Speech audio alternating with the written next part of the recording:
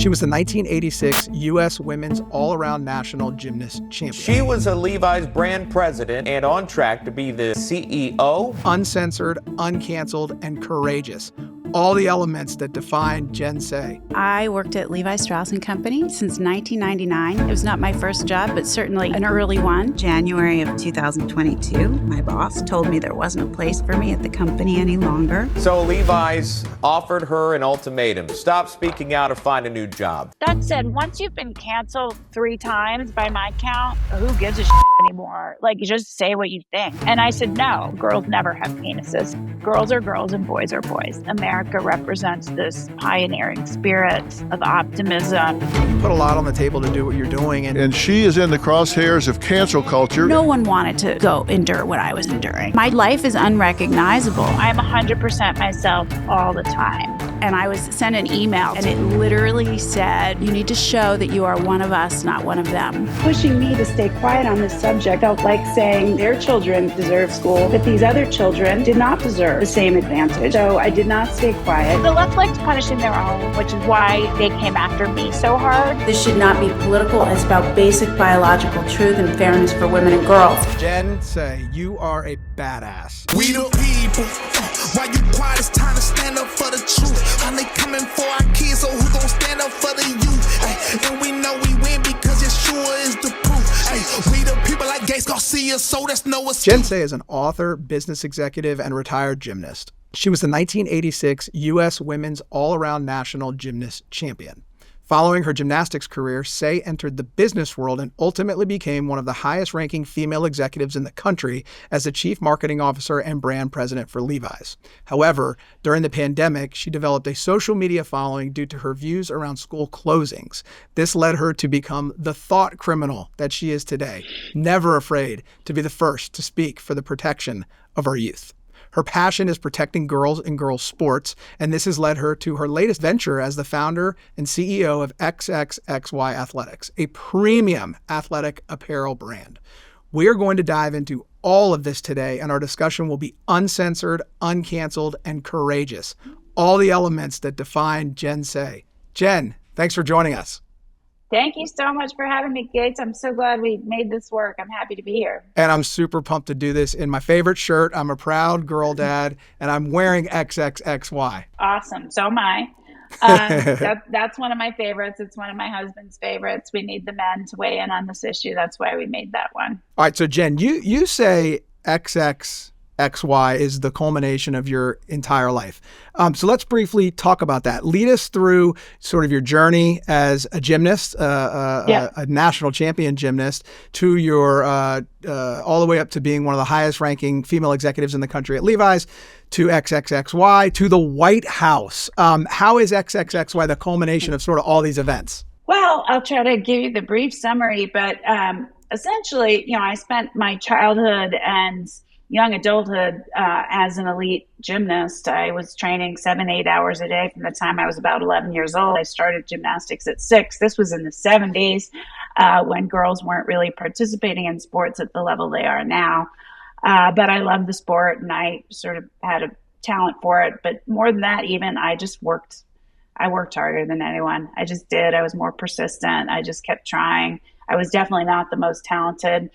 Anyway, that led me to leaving my sort of hometown gym when I was about 13 and moving to Allentown, Pennsylvania on my own, and eventually becoming the national champion in 1986, which, by the way, happened only 9 months after I broke my femur at the World Championships in Montreal. So everybody had counted me, down and out. That was a pretty dramatic injury on the world stage, but I came back 9 months later and won.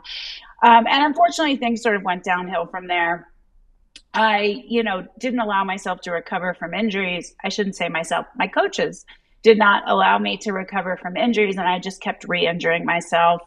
And I ended up training on a broken ankle for 2 years. I had severe anorexia, and I just came undone, essentially, after about 2 years of training post USA Championships win. And I walked away, sadly, a few months before the Olympic trials. And I think the saddest part is I walked away in total defeat. Despite all my achievements, 7 years on the national team, I felt like a failure and a loser. all of the abusive coaching tactics, the physical and mental abuse, being surrounded by sexual abusers, though evading that myself, it just took a toll on my psyche, and it took me many years to recover. So I left for college. I went to Stanford. I rebelled a whole bunch from a childhood of strict obedience. And I graduated from Stanford and moved to San Francisco, started my professional career. In about 1994, I struggled for 2 years after graduating from college, but found my way, and ended up at Levi's in 1999, climbed my way up the ladder, started entry-level marketing assistant, became chief marketing officer in 2013 and held that for 8 years. Pretty much won every award you could win. Loved the company, loved the brand, had worn the brand since I was 6. And got promoted to brand president, which is next in line for CEO. So that was my professional career. During that time, though, I really struggled with the abuse I'd endured as a child in the sport. And in 2008, when I was already a vice president, I wrote my first book called Chalked Up. And it was really the first-person account of exposing the abuse in the sport. The world was not ready for me to say these things. It was pre-Me Too. I should say the sports world wasn't ready. The broader world embraced the message, but the governing bodies in the sport, USA Gymnastics, the USOPC, and all my teammates, frankly, USA teammates as well as my club teammates, just tore me to shreds. A grifter and a liar. And, that was my first experience really with the cruelty of social media and the kind of cancellation thing, although I don't think that was a term in 2008. But I persevered because I felt like the louder they pushed back and lied about me, the more they were hiding. And there was no one else willing to take a stand and be ousted from this community that I'd grown up in, but I felt kids were too important. So cut to 10 years later, totally redeemed when Larry Nassar went to prison for life. He was the team doctor for USA Gymnastics for 30 years, abused over 500 athletes. And, suddenly I was a great hero and everybody had supported me all along. That didn't last long because once COVID hit, I decided that was really dangerous for children and incredibly illiberal and authoritarian. And I was very outspoken about school closures and lockdowns, but school closures in particular. Got a lot of pushback in the corporate community and just people in San Francisco where I lived who were like posting my address online, chasing me down the street when they recognized me, telling me they didn't care if my children died. And after 2 years of that, can I curse? Am I cursing? You can say any. We don't cancel on this show, Jen. Get after it. Okay. After 2 years of that harassment, bullying, and frankly bullshit, and my good name being smeared, I resigned from Levi's after a 23-year career there and decided I would make my own way where I could stand up for the things I cared about, free speech and children being the primary two that really resonate with me. I did not realize I would be ousted from corporate America forever. A 30-year career I spent building was basically ended with my resignation and my outspokenness. And every interview I did, I was told I would need to apologize for what I'd done, even after it was totally fully established in the mainstream that school closures were both ineffective and harmful. So cut to 2023, I thought I'll just start my own brand. Not something I'd planned for my 50s. I thought I'd be sort of winding down, but I felt like, my athletic background, my brand building background, my willingness to say things that piss people off but are true, the fact that no other athletic brand is taking a stand for women's sports. I thought there was an opportunity. I thought most Americans agreed with me and with us, this brand, and we launched XXII Athletics in March of last year. We just had our 1-year birthday. So I hope that wasn't too long of an explanation, but that's the journey. No, you go as long as you want when you're saying all that good stuff. And I'm wearing one of my favorite shirts by XXXY, Girl Dad. I am a proud girl dad. You covered a lot there, a lot of which we're going to come back to. You talk about sort of the impact that youth sports had on your life. Some of it was negative. We're going to come back to the positive side of that. You talk about sort of corporate America's approach to this. You've taken some very clever jabs at corporate America, but I want to sort of continue to lay this foundation. You to where you are now, you seem like someone whose values have never changed. It seems like all the stories throughout your life are consistent with sort of a hard set of personal values that have allowed you to triumph and succeed. However, I want to ask, if that assumption is correct, I want to ask if your political views have changed. Prior to 2020, you weren't as outspoken, certainly on social media, as you had been, and COVID came and you took a hard stance on school closures for kids. And now with what you're doing with XXXY, had you always felt these things politically? I mean, maybe they're moral issues and not political issues, but how has that evolved? Well, I'm going to separate the two. I think, people ask, where do you get the courage? How do you do it? How do you endure the blowback? I mean, I think that's twofold. First of all, this is not how I was born. I was born as a pretty obedient kid. You kind of have to be in gymnastics. There really is no other choice. Athletes are seen and not heard. You don't speak up in your own defense. It's a subjective judged sport. So, if a coach doesn't like you, if the national team coach doesn't like you, you don't get the spot. It doesn't matter what you placed. So, you really do keep your mouth shut. So this was learned behavior for me. But I think I always had the kind of values deep down in me. And I think my greatest strength is my willingness to persevere no matter what, whether it's a broken leg or whether it's, being dragged across the internet and resigning from my job and being ousted from corporate America. I just kind of keep coming back. I don't know. I used to think it was, when I left gymnastics, I thought it was a weakness because I would persevere to the point of my own near self-destruction. In gymnastics, I was sort of beaten bloody on the floor with a broken ankle, dragging it behind me, 98 pounds, hadn't eaten in weeks, and I just keep going. And so I worked kind of hard to move away from that. And now I've kind of regained that. And I do see it as a great strength, though I think it's important not to harm yourself in that process. But I'm tougher now, so it doesn't hurt me as much. I would say I was not politically minded as a young person. I was training all the time. I was training. That's all I did all the time was train. And I did well in school, but I didn't really pay much attention to it. I sort of learned the formula and checked the boxes. That changed at Stanford, where I had to really put more into it to excel. And I was not about to not excel because that's just my type A personality. And, while I was in college, I interned at the National Organization for Women. I was very much on the left. My family is on the left. We're lifelong Democrats. We're Jewish, not very religious, but Jews do tend to be more on the Democrat side of things. So that was the culture I was raised in. But I have to be honest, the reason, I probably chose my affiliation because of how I was raised in the environment. But over time, I made it my own. I very much embraced feminism in college. I think that helped me overcome an eating disorder to realize my worth was more than how I looked. I still would identify as a feminist, despite some criticism on that from both the left and the right. I feel like it's a simple thing. Women deserve to vote. They deserve to own property. They deserve equal pay for equal work. It's not complicated. Most people agree with those things, whether or not they embrace the title. But I've never missed an election. I've never not voted. I advocated and led campaigns at Levi's for voting, nonpartisan, but everybody needs to vote. That's critical to democracy. So I would say I was pretty politically active, but I wasn't very controversial, so it didn't get much attention. But gosh darn it, saying schools should be open during COVID was about the most controversial thing you could say. So it threw me into this kind of political controversy. I would make the case, the values that brought me to the Democratic Party, I haven't changed. Free speech.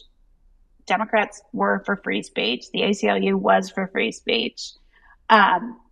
Standing up for the little guy against greedy corporate interests, anti-war, feminist. Those were the things that reinforced my kind of democratic affiliation. But COVID for me was such a trespass of those stated values that whether the Democrats ever believed in them or not, and I do believe they did believe in some, I do believe they were the anti-war party and the free speech party. There's ample evidence of that. They abandoned those values in favor of a really corrosive ideology. And so I could not in good conscience remain a Democrat. But I honestly don't think I've changed. And to your final sort of question point, I don't think this issue around men and women's sports is political. It's been made political by the left, but this is a fact-based argument. If you believe that men and women are different, and not believe, if you know, because the facts support it, that men and women are different and girls and women deserve privacy and fairness, then you should be on our side. And 80% of Americans are, including 67% of Democrats. But the left, the far, far left, has made this ideological and political. And so far too many are afraid to speak up. And my whole goal in starting the brand is to make it okay to speak up, to really kind of move that Overton window and make it cool to say the true thing. We use that word on this show a lot, cool. We want to make a lot of things cool again, or things that were always cool, but people necessarily didn't have the courage to say they were cool. You're doing that. You know, it's true. A lot of people have said, I didn't leave the Democratic Party. The Democratic Party left me. And you're sort of echoing some of that. Jen, you got popular, notorious for your school lockdown comments, but that's not really the issue you've taken on full force. Why specifically? What was the moment, or why did you decide it's going to be girls and girls sports that I'm going to sort of dedicate the rest of my life to? Oh, geez. Well, I was watching it unfold during COVID. Frankly, I mean, it started before that, and I started to understand it before that. And I'm from San Francisco, and most of my friends or former friends live in places like Brooklyn and Seattle. And, I had friends in the mid 2010s who had kids that were quote unquote transitioning. I didn't understand it at the time. I would listen as an empathetic friend. I asked all the questions that I think are reasonable questions, which are, well, if your child has been troubled up until this point, could it be something else? Are you sure you want to race into this? I mean, is it reversible? And all the answers were, yes, it's reversible. It's not. Puberty blockers aren't harmful. They are. All these things. But I was just asking questions like I didn't understand it. I'd never heard of this before. And then during COVID, things got crazy on this front as well, because parents were seeing what their kids were learning online. And in 2021, you had all this madness around like, oh, we're not going to call it Mother's Day. We're going to call it Birthing Person's Day. And I posted something about that. I mean, I was like almost 100% focused on COVID because I'm a brander and I think you have to stick to your messaging. But every once in a while, something so crazy would happen that I would comment and the blowback would be intense. And in fact, I had a former friend that I was on the phone with in 2021 in the spring. And she said to me, keep in mind, 2021 in the spring, schools still weren't open in California. And she said, and parents were starting after a year and a few months, they're starting to get mad about it. She said, I don't really understand why people are so upset with your stance on schools. Clearly the schools should open. I mean, it's not like you believe trans girls shouldn't be able to compete in girls sports. And I was like, what? Wow. First of all, it fell out of left field. And I also just realized like, oh, that's the thing. Yeah. That's the thing. And you've chosen, it's amazing the amount of courage it takes from someone like you when these issues, kids in school, which by the way has so much more benefit than just an education. It's got social benefits. It's got physical benefits. For some kids in very poor communities, it's their only meal of the day. It's also the only place where there's abuse intervention for kids from, troubled homes. I mean, these kids were left to their own devices. Very young children, 6-year-old children, were left at home alone if their parents were quote unquote essential workers. Like, this is a disaster. It was a disaster. Yeah, and the point I'm making is it's the same thing with boys competing in girls sports. Like if you've chosen any issues that should be bipartisan, congratulations, like you've done that. And it's amazing that, you're a thought criminal, which we're going to get to. So we've talked about why you chose this issue. Now I want to sort of talk about the how. There's 1,000,001 different ways to sort of attack social and moral issues. You've chosen athletic apparel. By the way, ultra premium athletic apparel. I can't stress that enough. I mean, I'll put the quality of your apparel up against anything I've ever worn, and I'm trying to sort of move my wardrobe completely in the direction of yours and away from some of these other companies that will remain unnamed unless you want to. But I can name them. That's right. That's right. So apparel is a medium. It really is a form of self-expression. It's a form of messaging. I've walked through an airport with your XXXY hat on and been stopped, and somebody said, "What is that?" And I had to tell the story. I've had this shirt on, and somebody says, "Where the hell did you get that?" And little do they know the background to this, to the story behind it. So why did you choose athletic apparel, clothing, to be the way you were going to bring this messaging about? Well, I think there's a few reasons. I mean, other than the fact that you were one of the highest ranking clothing executives in the country. Yeah, I mean, that's probably the main one, is that's the business I know. I spent 30 years more, really. I worked at the Gap before Levi's for 3 years, and I worked on the Levi's brand at an ad agency before that. So, I mean, all in, it's like 35 years. And during my 23 years at Levi's, despite the fact that I was largely a marketer, I led e-commerce. Ultimately, as the brand president, I led product design and merchandising. So I sort of learned all the functions. Mm-hmm. While I never led supply chain, goodness, on the executive team, you certainly are exposed to how that works and all the challenges. And I credit Levi's, honestly, with an ethical supply chain more than most of the large brands, certainly. And so I think I learned the right way. So, I mean, that's the business I know. So that makes sense. Let me ask you then let me ask you a more specific question. How is clothing or apparel an effective, or a brand, an effective way of messaging? Well, that's the next point I was going to make, which is apparel specifically, I think, has been incredibly far left crazy leaning, and has been effective essentially in furthering some of these messages that I think are pretty harmful. And there's some high profile examples of that having gone wrong. Dylan Mulvaney as the model for running bras for Nike in a social media campaign. This is a person that doesn't have boobs, at least not real ones, and isn't an athlete. So what is this person? That's a clear virtue signal. But a lot of clothing brands have really glommed on to social movements. I don't think they lead. I think they wait until it seems popular. But they definitely help embed it in the culture. Apparel is a very image-based category. Oftentimes, let's see how to say this. Oftentimes, there's not a huge difference between the product. The difference is in the brand image and the brand positioning. And brands can really stake claim in how they position themselves. Nike being a great example with their Just Do It campaign, which is, just a landmark, outstanding ad campaign. Now, their product typically has also been leading the pack, though I would argue not so much anymore. But their image is what really has driven the embrace of that brand. So I think apparel, more than a lot of other brands, is image driven and message driven. I'm trying to think of other categories that come close. I mean, automotive to some extent, but I think there are real differences between cars, whereas sometimes with clothing there's not.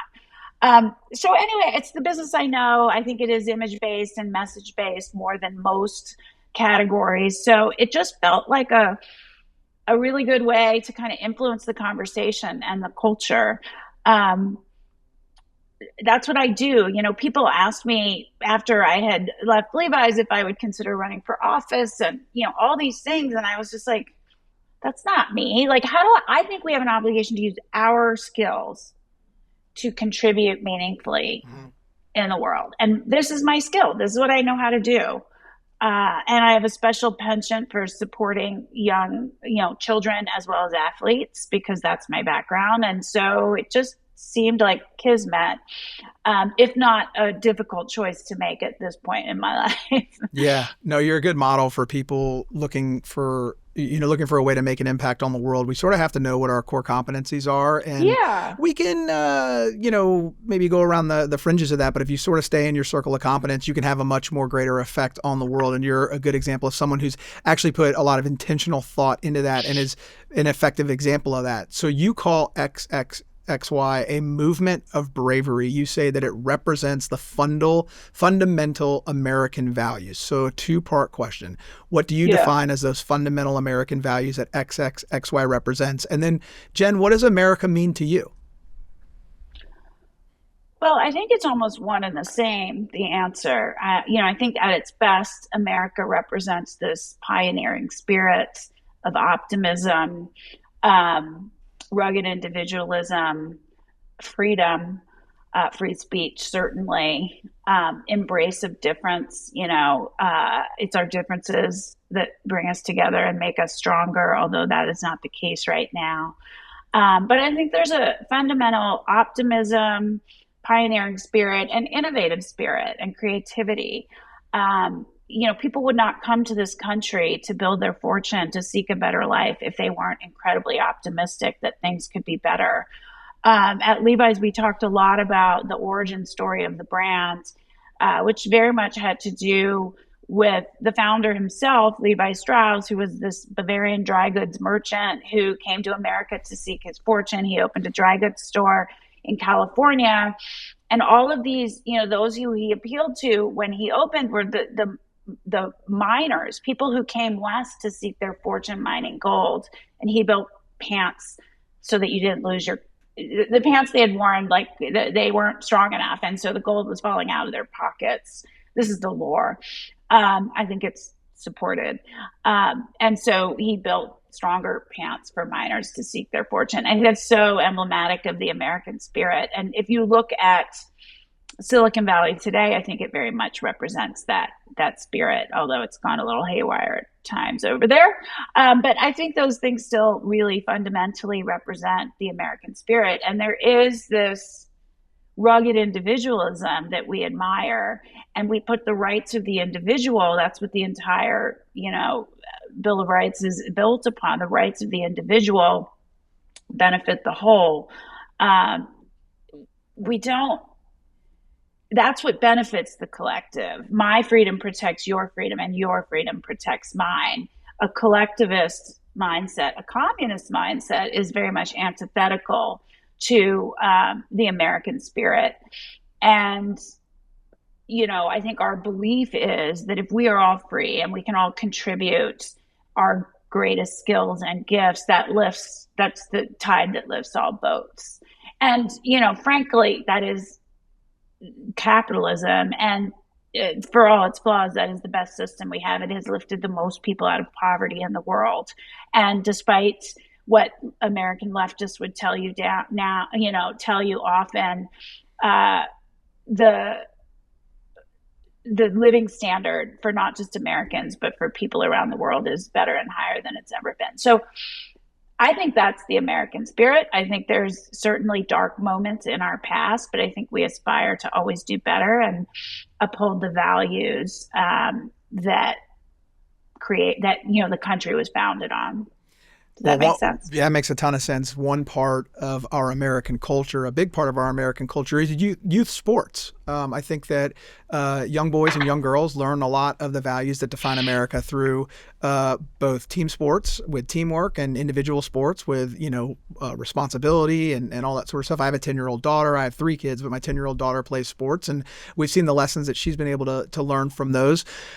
I know you're very familiar with, you've studied, all the statistics, all the sort of information and data around the impact, the positive impact that sports can have on a young girl when she gets to compete fairly against other young girls. And I know the impact that it had on your life and has continued to be a factor driving the success you have today. So maybe talk about it from a broad perspective on sort of girls in general, and then the impact that youth sports had on your life.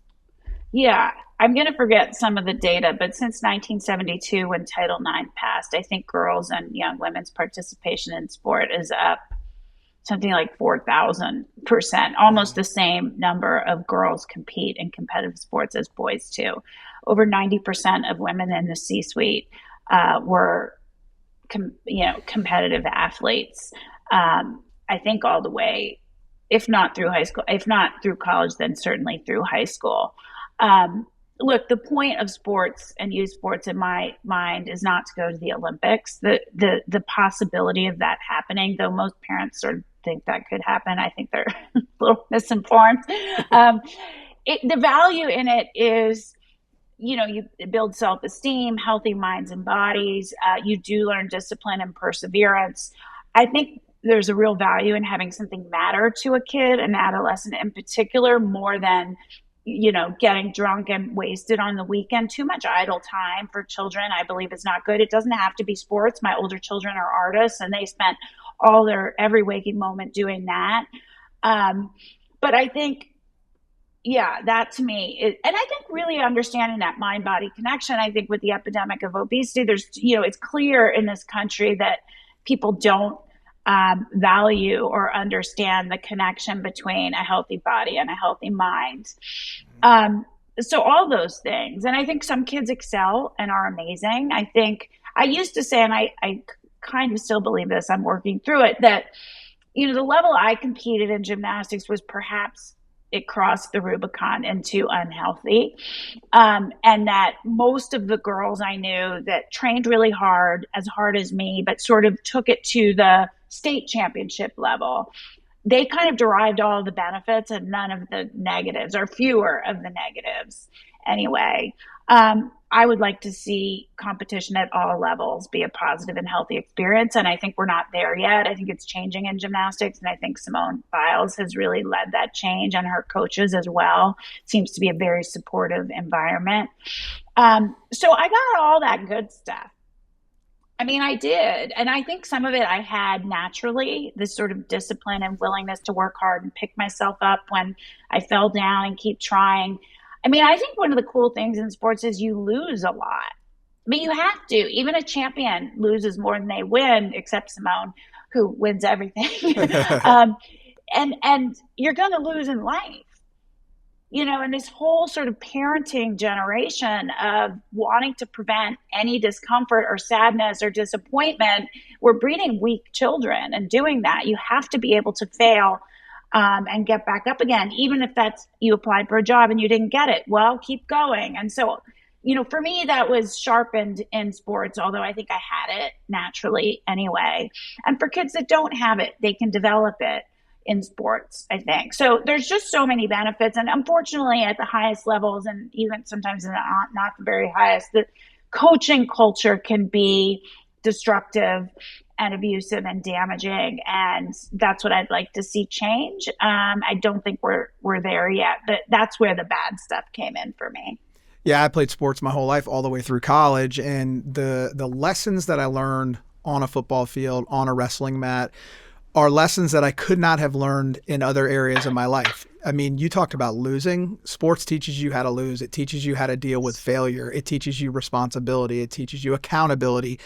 Yeah. Crappy coaches. You're going to have a crappy boss in life. If you can deal with a crappy boss at 10 years old, 15 years old, you have a little bit more of an experience when it comes to dealing with that crappy boss. So I appreciate, that's a good point. I appreciate all the things you said there. I want to sort of shift to another part of this issue that really upsets me, because this has come up in a few different conversations, where this idea that boys and girls sports or trans competing in sports is a fringe issue. I'm going to give some data that I got off of your website that shows that it's not a fringe issue. Two, it's growing.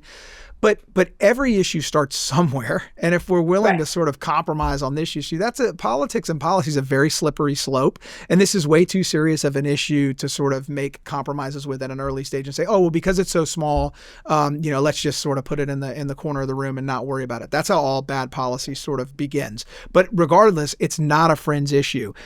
You have promoted the website shewon.org, which tracks the damage that biological males have had on girls' sports. As we come to conversation today, 1,926 medals have been taken from girls by boys. and that's growing. So Jen, what do you say to the critics that say, oh, this is just a fringe issue? Well, how many is okay? Right. One, If we get zero, to 2,000, zero. I mean, I think zero. Yeah, exactly, but zero. To them, well, I meant to say one is too much. Yeah, one is too many. But I don't know. I would pose that question. You say it's fringe. It hardly happens. There's 10 in the NCAA, which I don't believe is true. You also have the issue of athletes with DSDs like Amani Khalif, who are not trans but are male, competing in women's. How many is okay? And they completely contradict themselves. Our opponents, they make no sense. First, they say it's a fringe issue. It's not happening. Then when it does happen, they cheer it and they say it's a good thing. It's a triumph for social justice and inclusion. Sports aren't about inclusion. I want to come back to that in a second. So I just, I reject that. Oh, it's about inclusion. And then lastly, which we're starting to see now, they say, because there's a lie that kind of underpins all of this, which is that male and female bodies aren't different. And so if you play that out to its conclusion, you would not have any categories in sports. You would just have sports. And there are people calling for that now. Just one category, everybody can compete, but they can't because women won't qualify. Girls and women will very quickly be shut out of competitive sports altogether. But the Nimrods who are recommending this, put ideology above truth. And, I don't believe for a second they don't think there's such a thing as male advantage. I mean, it's obvious in the rules. The Boston Marathon, the qualifying time for women is 17% slower. In gymnastics, the events are different. Men do rings, women do not. The tees are in different places at golf. Like I could go on, I could name 1,000 of these. So why are the rules different if there's no difference? But they're putting ideology above truth as well as fairness for women and girls. They don't care. They don't like sports, frankly. Sports are really the last bastion of merit, and they hate merit. They want quality of outcome, not equality of opportunity. So they don't make any sense. Their whole movement is so illogical that I believe it will collapse on itself at some point. But yeah, I mean, the simple answer is one's too many. Why should a girl have to give up anything for a boy whining about, you have to validate my identity? No one is banning trans-identified males from sports. Compete in boys. Yeah, amen. I want to I don't want to ignore the work that you've done. You and Riley Gaines and other women have made tremendous policy progress all the way up to the White House, where you met with President Trump, and have made significant gains in this area. But I think this last question and answer proves or demonstrates that there's still a lot of work to be done. People see the president's ink go on a piece of paper and they sort of cheer and wipe their hands and move on to the next thing. No. We could be in the first or second inning. So enlighten us a little bit on sort of where we are in the movement and what still needs to be done. I think we are sort of at the end of the beginning. We're maybe 20% down the road. As I was standing there for the president's signing of the executive order to protect women and girls in sports, I was very proud and grateful to be there as recognition of the work that we have done as the brand, by the brand. And I do want to acknowledge so many women came before me on this. I was busy getting canceled for COVID, and so I joined perhaps a little bit late, but I was always there with them. And I have been fighting for safety in women's sports for a long time, and back to 2008. So I feel like I have a kind of right to participate. Everybody has a right to participate, but sometimes people get weird about who gets credit. I just want to be part of this movement. But here, as I was standing there, I was thinking a lot of things. Grateful that he's doing this and putting this at the center of the conversation. This executive order is not legislation. So, it ends when he leaves office, especially if a Democrat steps in. It only impacts federally funded institutions, K through 12 and universities. It doesn't impact private club sports, which is what I competed in. It doesn't impact the Olympic movement. That's twice as many athletes as compete in publicly funded institutions. It doesn't impact private competitions and races like the Boston Marathon, which has its own board and is privately funded.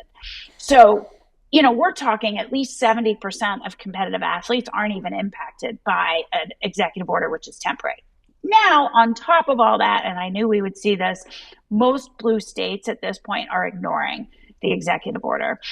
We saw the kerfuffle between the Maine governor, Janet Mills, is that her name? And President Trump. And she said, I'm abiding by state law and national law. He said, you're not, because the executive order is national law, which basically restores Title IX's original intent. And she said, I'll see you in courts, because she wasn't going to, because her state law says boys can compete in girls' sports. So, Maine has been given a deadline, I think, to comply. The primary university there has said that they will. Nothing from the state more broadly.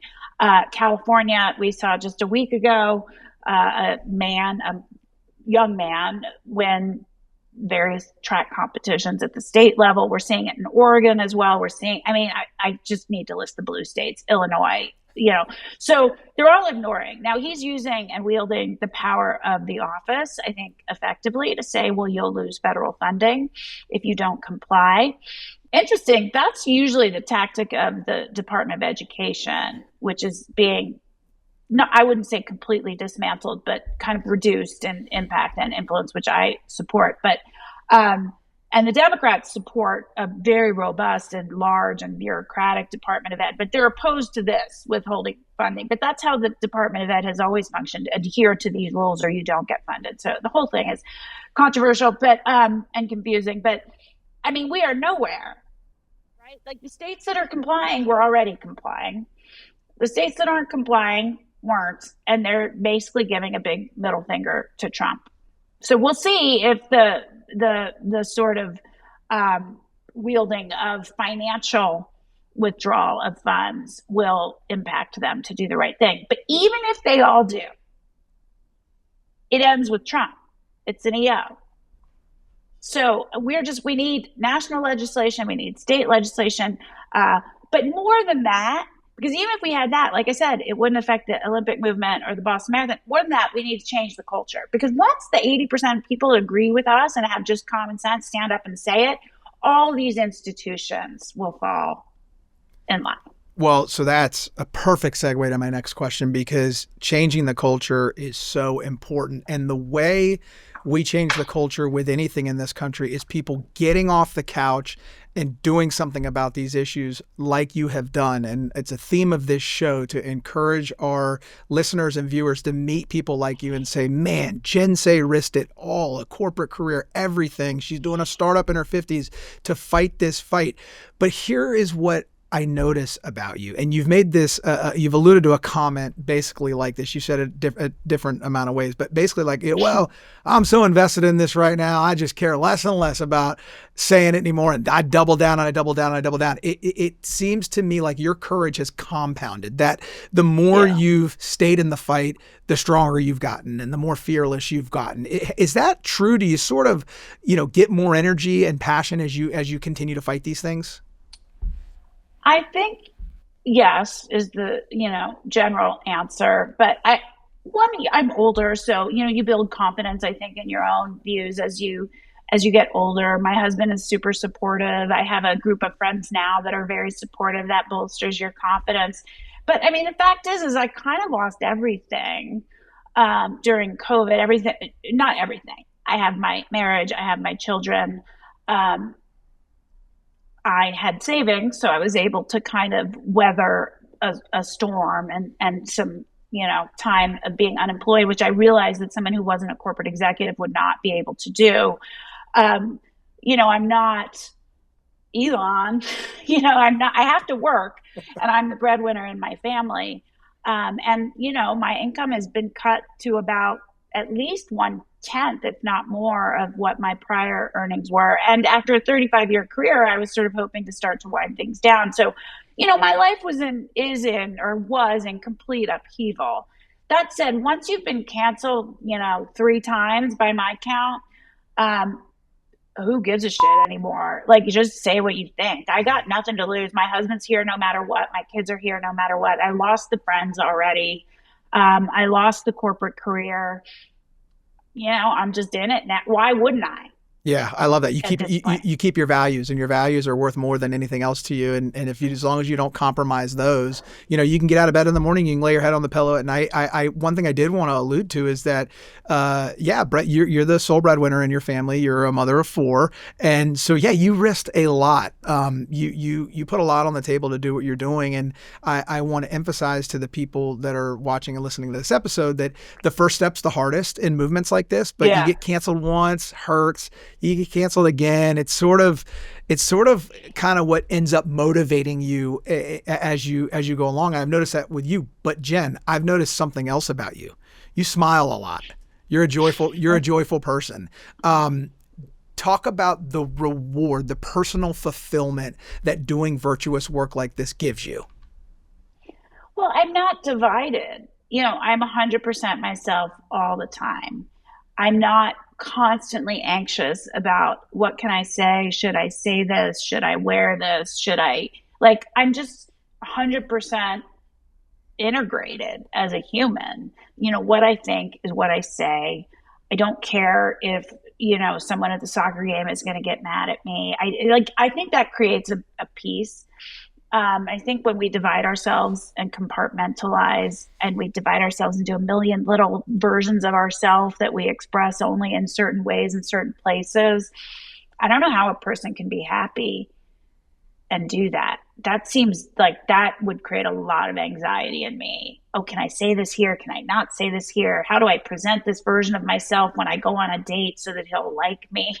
I mean, those are the kinds of things we hope to get through post-adolescence. They're understandable when you're figuring yourself out, but I think way too many people do it as adults. And I think too many people, this is like a sort of separate topic, but there's been this mass secularization of the country.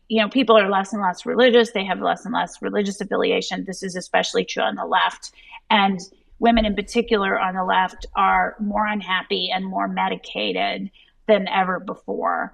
I think I'm not a religious person, but I do believe we all have a religious impulse. We want a moral framework to live by. We want to have a sense of belonging. And so I think having abandoned that, I think it's bad. I say this as an atheist. I think it's bad that we have abandoned religion to some extent. And I think the left in particular is finding that satisfaction of the religious impulse with party membership, which is empty, or with belief in quote unquote the science. All of these things, which I just don't think can bring a true moral framework, but they do create a sense of moral superiority, which I think is really dangerous. Anyway, that was a bit of a tangent, but I feel completely integrated as a person, and I think that's why I'm happy. My husband is a super happy, optimistic person, which people laugh at when I say, because he comes across as kind of angry sometimes in his in his presentation on X. But like more than anyone I've met, he wants to enjoy life. He wants to have a good time. He prioritizes family, and he has it more than me, but he brings it out in me, if that makes sense. Yeah. He says to me almost every day, remember, these are the good times. I love that. All right. So these segues are perfect for someone who doesn't know what questions are coming next. I want to talk a little bit about family. You're a mother, 4 kids. How do you talk to your kids about these issues, these trans issues or boys and girls sports? How do you do it? And then how do you recommend others like myself talks to my 10-year-old daughter about these issues? How old are your kids? I have a 4-year-old boy, a 7-year-old boy, but a 10-year-old daughter. Okay. So I have a strange spacing of my children because I was married and then divorced and then got married again. So I have 2 grown children that aren't in the home anymore. The 4 were in the home all with me for quite some time during COVID. So I have a 24-year-old, a 21-year-old who both live in New York. And then I have a 10 and an 8-year-old at home, all boys except the youngest. So obviously with adult children, it's different.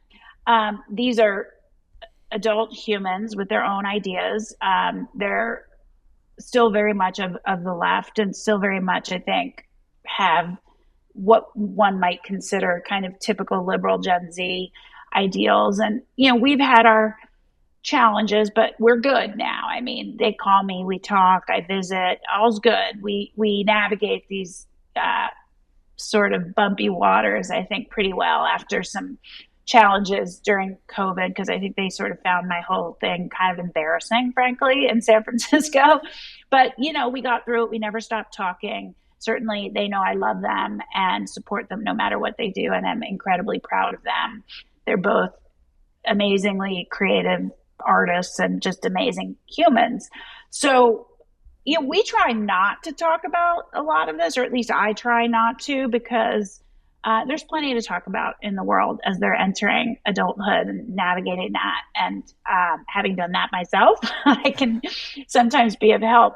So we generally avoid politics now after not doing so for a few years and having that be a little bit. With the younger ones are so young.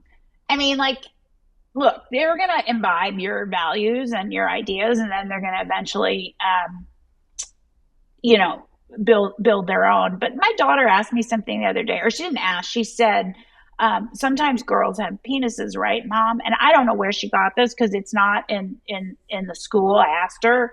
And I said, no, girls never have penises. It's just, they don't. Girls are girls and boys are boys. And I let it at that. She's 8. I mean, how much deeper are you gonna go? Right. The 10-year-old understands a bit better what the business is, and you know, they're taught to be kind and to, you know, people are different. People think differently than us, and that's fine. You know, it's interesting when you're Jewish. You're such a small percentage of the population. You know, Jews are less than 2% of the world's population. And I wrote about this a little bit in my book. Even though I was not raised to be very religious, you're very much raised culturally Jewish, and you're sort of taught to believe in the dignity of difference. You're different than everyone you know. I mean, I went to a high school where I think I was the only Jewish person. So you kind of get comfortable with being different. Maybe that's part of, you know, part of why I'm okay with it. I know it is for my husband, certainly. And so my kids have that. You know, they come home all the time and they ask, why can't we have a Christmas tree? And so we have those conversations about what it is to be who you are, and it's okay if you're different, and this is what we do. I mean, I guess they can decide to be Christian later if they want, and, you know, but they understand. It's remarkable, actually. Both of my young children, outside of this issue, seem very at ease with being different. My 10-year-old is sort of very self-contained in a way that's kind of mature for his years. And the 8-year-old seems to actively strive to, she's very rebellious. It's going to be a challenge, I tell you, as a teen. But she seems just like not to give a shit at all what people think of her. She's a rebel without a cause. At 8, that's a tough thing to manage, but I'm trying to encourage it and direct it a little bit. Well, her mother is a rebel with a cause. So maybe it's a moment to get one. Maybe it's in the gene pool a little bit. I keep being told by a number of people that my 4-year-old is my payback. So our kids tend to be a little bit like us. So you talk about being different. Boys and girls are different. Just 2 questions left, and one is on difference. Okay. Your ads for XXXY are different. I mean, the ad that came out around the Super Bowl calling out Nike, saying, you know, girls are girls, boys are boys. We're here. It got 20 plus million streams on the internet. You didn't spend, you spent less than 1% of what Nike spends on a Super Bowl ad. This latest one, Thought Criminal, it's awesome. You sort of have everybody up there getting their mugshot taken, and they say, what are you in for? And they have to go through their thoughts. And I wrote some of these down. One is men can't be women. One person says conservative Christian, and somebody yells in the background, that's 2 crimes. And then someone else says read the Bible. Now, just learning some things about you in the last few minutes that, you're not a particularly religious person. You're still allowing your brand to preach these values, but just generally sort of talk about the approach that you all take to ads, because it seems like every time you put an ad out, it's less about the promotion of XXXY and more about calling out woke corporate America to sort of ascribe to this different set of values. Yeah, I mean, the two ads that really, really took off almost more than any other were Dear Nike, which I think is what you were alluding to, which we Yes. actually launched last October. And it called Nike to the mat for not really standing up to protect women's sports. And then in February, pre-Super Bowl, we launched one called Real Girls Rock. I'm wearing the T-shirt that corresponds to it, which really the idea in that one was just to showcase how hard female athletes work. But in developing the concept, we decided that we would also show what happens to women and girls athletes who stand up for the protection of women's sports. On top of all that hard work, they face harassment, bullying, violence in some cases, violent attacks in the case of Riley Gaines. And so we wanted to kind of showcase that. And that ad really took off. I think it has over 20 million views. It's funny you mentioned the Thought Criminal one. We made that a long time ago, I think before we even launched. And that was just not even an ad. It was like a fun little thing we made. I think it literally cost $0. We shot it on our own iPhones. But we wanted to we wanted to have fun. First of all, I think that we are able to put messages into the world that are quite worthy and serious, and we can also poke fun and have fun. And we wanted to show that sort of lighter side. I think what it also shows is we really do value free speech in our company. I mean, there's not that many of us, but we come from very different backgrounds. You know, I come from a very left-leaning background and still associate with some of those values. We have conservative Christians. Who have always been conservative Christians. We have libertarians. We have like everything, and everyone's allowed to say what they think. And that's what we showed in that little piece. I'm not a conservative Christian. That's fine. I love Maggie. I think she's the one that said that in the video. And we can all come together because we agree on this issue. And I will never tell them they can't say a thing publicly because that's not American. You know, and we all talk about what our thought crimes were in the little video. Mine was thinking kids should get to go to school. Horrible is that? Oh, you're evil. Yeah. You know, I think several people said they think men can't be women. I mean, like, this is so ridiculous that these are thought crimes, but they are, and you get punished by the left. And, you know, the left likes punishing their own more than anyone, which is why they came after me so hard. They're less likely to punish someone they already perceive as being conservative or on the right, because they want to make an example of somebody like me who would veer from the party. They will oust you from polite society, and that's a real threat. And you know what? I will say, it seems really dumb. It's very effective because it keeps other people silent and scared. And I just want to kind of break through and let people know we can't lose if we stand together. But yeah, these ads, you know, we do them on a shoestring. I've got a creative director. His name is Brett Craig, who was also canceled in the agency world. And he's one of the best in the business.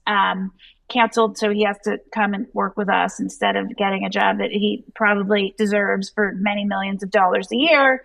But we're having the time of our lives, and we get to say whatever we want. But we rely on virality. We're a startup. We don't have tons of media dollars, and so we count on that stickiness, or that people wanting to watch it and share it all the way through. People like J.K. Rowling, which was a crazy surprise, sharing the ad because she loved it. That's what we count on to spread the word about the brand. So we do try to kind of make things that are a little bit scratchy. That's Brett's language, which I like, Yeah. Scratches. Yeah. I love it. So last question.